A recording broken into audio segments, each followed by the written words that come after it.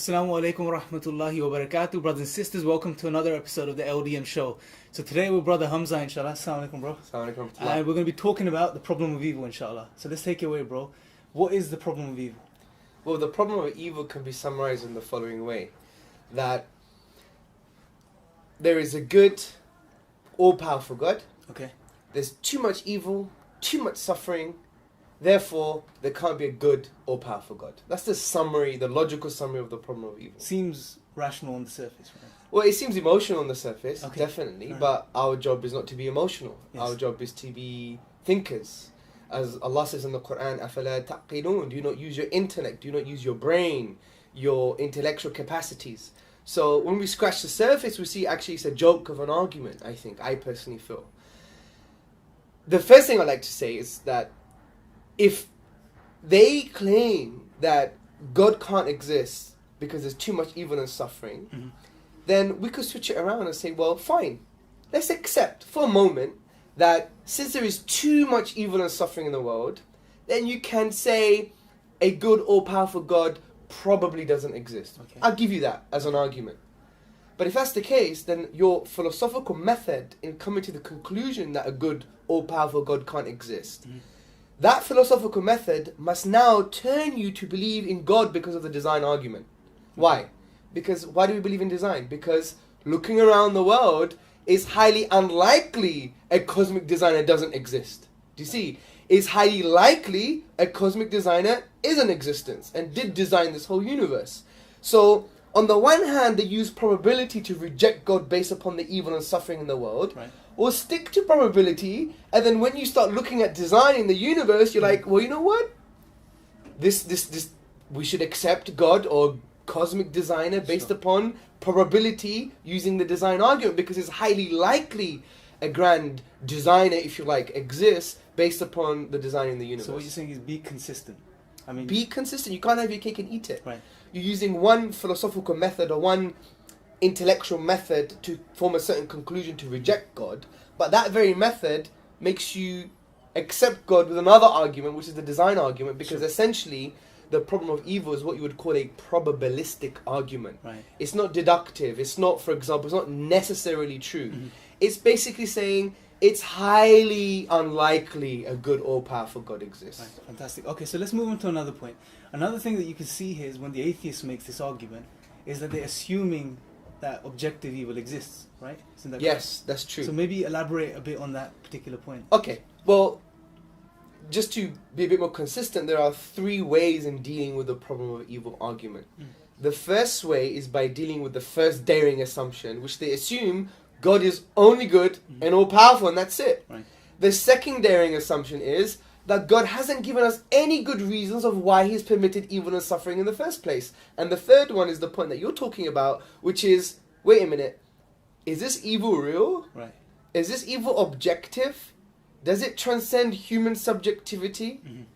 And that's the point. So let's work our way through these. So the first daring assumption is God is only good and all-powerful. Right. But let me just think about here.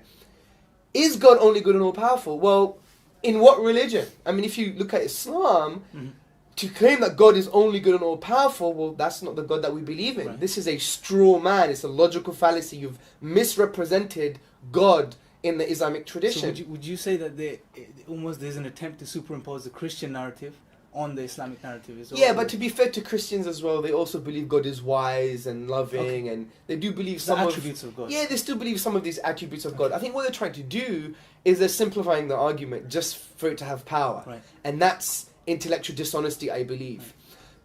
So coming back to the point, God is not only good and all-powerful, He's also the loving. He's the compassionate. He's the wise. He's the subtle. So let's take the wise, for example. We know that God is wise. So this follows that there is wisdom in what happens in the universe, because everything that happens in the universe is in line with His will. Right. Which His will is in line with His nature. Part of His nature is that He is wise. Therefore there is wisdom. If there is wisdom, there is a reason. Right. So this gratuitous suffering that you're talking about, I don't understand why an iguana, for example, gets eaten up by another animal. I don't understand, for example, why that baby had to suffer cancer. You can't rationalize it, right? That's fair enough. But just because you can't see the wisdom, it doesn't mean the wisdom is not there. That's Sure. another logical fallacy. It's called argumentum ad ignoratium. You're arguing from ignorance, right? So what we believe is that God is the wise. So his wisdom is bigger than our wisdom, right? Greater than our wisdom. The way I like to put it is this way. We have the pixel, God has the picture. That's what puts things into perspective. It does, and that's frankly, and that deals with the whole argument. Now they may think, oh, I don't believe God is all wise. Well, then that would be your opportunity to say, well, you know what? We believe in a book called the Quran, and we have good reasons to believe why this has come from the supernatural. This is from the divine, and he says he is the wise. So if we could show that God is wise, it actually crumbles the argument. That would be the first point. And we could see this in Surah Baqarah, chapter 2, verse 30, when God talks to the angels, and the angels say, are you going to send someone down who's going to create bloodshed? Yeah? And God says, I know that which you do not know. No. Okay? Wisdom. Exactly, the wisdom. So the angels are just referring to their own previous experiences. They got limited knowledge, just like us human beings. Sure. You know, I saw the baby, it had cancer, but I don't understand why. Right? But God is saying, but I know, and you don't know. You know, bro, there's another amazing story that you allude to, is always the story of Khidr and Musa. That's the point I was going to say now. And that is such a profound story. I mean, Chapter 18, verse 66 onwards, Moses, upon whom be peace, he meets this man called Khidr, and Khidr does things that Moses doesn't like, saying, hey, you killed someone. Hey, you made a hole in a boat. Hey, you did this, you did that. Look at this evil. And then Khidr is saying, I told you, you want to have patience with me. And then Khidr explains why those actions happened. It was for greater good. There was wisdom behind those things. So reflecting upon the Quran actually allows you to deal with the problem of evil. And that's why Ibn Taymiyyah, may God have mercy on him, he, in various works, Minhaj al-Sunnah and many other works, he actually deals with this from an Islamic perspective in the way that we're just talking about it now, that God has wise purposes for things and is ultimately good. So it's all good, really. Right, okay. So moving on to the second assumption. Yeah, the second daring assumption is, well, they assume that God hasn't any good reason to permit evil and suffering. Right. Okay. But this is false. Any good reading of the Quran and the prophetic traditions of the Prophet Muhammad, upon whom be peace, sallallahu alayhi wasallam, we would see that there are so many spiritual tools and concepts in the Quran and the prophetic teachings that actually show us that God has given reasons to why there is evil and suffering. Well, the first point is, this is not paradise. Right. We're not here to simple. party and boogie, right? We're here to be tested, as Allah says in the Quran, that He created life and death, right? And the atheists, I guess they need to understand this perspective, because when they approach it, they come at it from an angle that this life is all that exists. Yes. This is their paradise. Of course. So when they see evil, I guess it doesn't make sense to them from the, like you're saying, this Islamic perspective. First and most importantly, this life's Well, test. I would even say that the problem of evil argument is an arrogant argument. It's actually compassion. It's actually arrogance dressed up in compassion. Okay. Because I'm telling you, let's be practical, existential here. Okay, Mr. So-and-so, atheist, secularist, whoever you are, you're so worried about the problem of evil, well, do something about it. Right. You know, and we know that, for example, according to the studies in sociology, that people who are religious actually give more than people who are irreligious. Do you see the point? So let's do something about it. What it is a personal thing that they don't understand. My rationality can't fathom why these things are happening. But that's the whole point. Right. This is what you would call the crisis of arrogance, the crisis of, you know, we think we've progressed as human beings, and in essence, that perceived knowledge creates a spiritual arrogance in our hearts. So in a way, it's an arrogant issue. But the point, coming back to the point, God said He created life and death in order for us to be tested who's best in good deeds. So life is a test. Our purpose in life, according to the Quran, is that He created man and jinn, the sentient beings, إِلَّا لِيَعْبُدُونَ, except to worship God, right? So that's our purpose, and worshipping God entails some kind of suffering. So it's through these things that we actually realize our purpose in life. Right. We've addressed basically two of the core assumptions that are assumed there. Now, let's look at the final point, right? Now, does objective evil exist from the atheist worldview, Yes. materialistic worldview? What would you say regarding that? Well, this is interesting because in order to claim objectivity in values or morals, whether something is good or evil, it has to be grounded in something. Right. This is well known in philosophy of morality, and it's called moral ontology, okay? Your morals have to be grounded somewhere. If you believe, for example, that if I were to shoot you in the head, right? Right. An innocent Imran, shoot him in the head, we know objectively that's morally wrong. And what we mean by objective is if the whole of Britain, for example, were to agree and say no, it's morally right, it would still be morally wrong. Right. Okay, it transcends human subjectivity, and we see this. There is an ought pressing down on our lives, as Professor Ian Markham says. So from this perspective, this is objective, but that requires some kind of grounding. For it to be objective, how? Because you just said it. It's something that transcends human subjectivity. By necessity, by definition, saying objective, that's what it actually means. So It's not based on the influence of subjective feelings or even the subjective mind. It transcends that. Okay, so let's look at that for a second. So how or what would an atheist ground his, or if he claims objective morality exists, what would he ground it in the absence of God? I guess that's the point you're... First, let's agree now that in order for morals to be objective, they have to be grounded in God. Right, okay. Because God is the only being concept that transcends human subjectivity. Sure. Okay? So there are alternatives. The alternative is biology or evolution. Right. See, we're not saying here, for example, how we develop the capacity to develop moral behavior. We're not saying, for example, how we can biologically reason how morals came into being.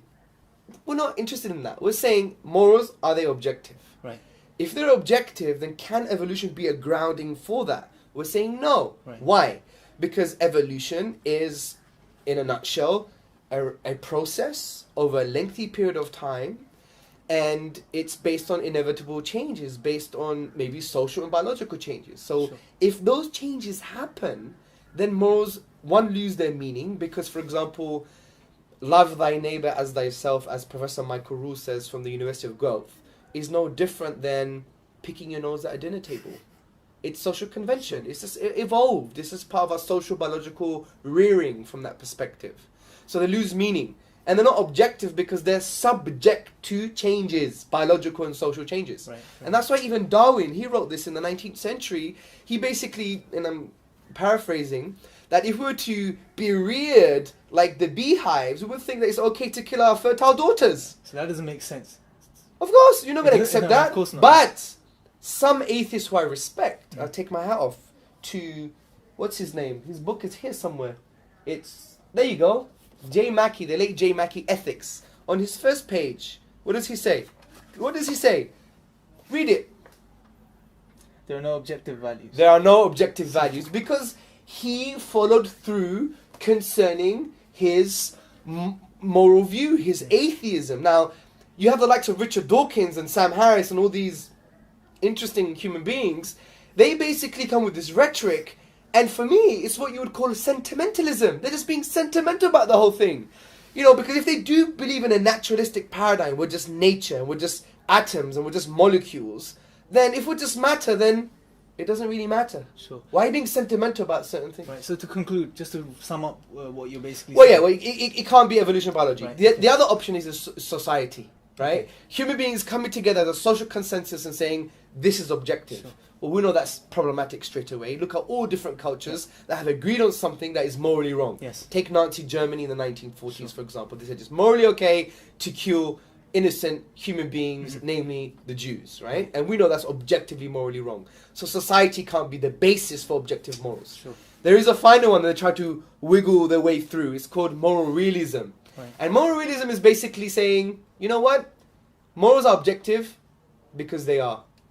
Okay. But then we could, well, you know, you can't have your cake and eat Yeah. it. Then I could say the Quran is from God because it just is. yeah. And the Prophet Muhammad, upon whom he peace, is the final prophet because he just is. is, That's not intellectual activity. Sure. That's a cop-out in my opinion. So okay, to sum up things. So So therefore, Yep. if morality is, if good or evil can only be objective with the existence of God, because he grounds objective morals and objective good and evil because he's the only concept that transcends human subjectivity, therefore the person who claims the problem of evil in his claim assumes God but rejects him at the same time. Sure. Because to say this is evil and suffering objectively, you have to accept God in the you first have to place. have God for that to be objectively evil and suffering. Sure. But you're using evil and suffering to reject God in the first place, but you need it for that to exist in the first place. Right. So it doesn't make sense from any angle, really. if you Nah, think they're about very it. silly.